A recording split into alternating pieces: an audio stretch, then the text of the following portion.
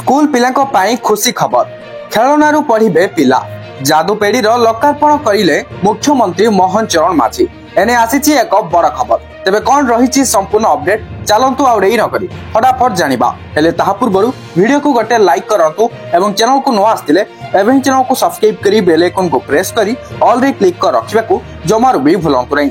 एणिकी खेल और मनोरंजन माध्यम दियाजिब शिक्षा एथिपाई मंगलवार लोकसेवा भवन में जादूपेढ़ी लोकार्पण करिसेंती मुख्यमंत्री मोहन चरण माझी। मुख्यमंत्री कहिसेंती जे छोट पिला माने निज पारिपार्श्विक अंचल रे व्यवहार्य सामग्री यार उपयोगिता संपर्क में एही जादूपेढ़ी रे थिबा खेलनारू शिखि पारिबे। शिशु को एही जादूपेढ़ी खेलना गुड़िक शिखिबा सह पाठ प्रति आकर्षित करिबो।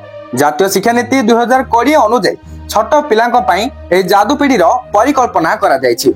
याको शिशु बाटिका प्रथम और द्वितीय श्रेणी पिलांको शिक्षा दियाजिब।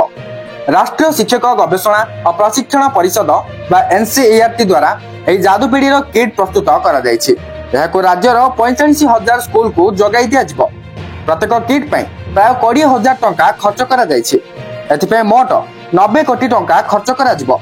होइथिबा लोकार्पण उत्सव में विद्यालय और गणशिक्षा विभाग सचिव शालिनी पंडित जादूपेढ़ी भितर थिबा विभिन्न सामग्री संपर्क में मुख्यमंत्री को अवगत कराइथिले।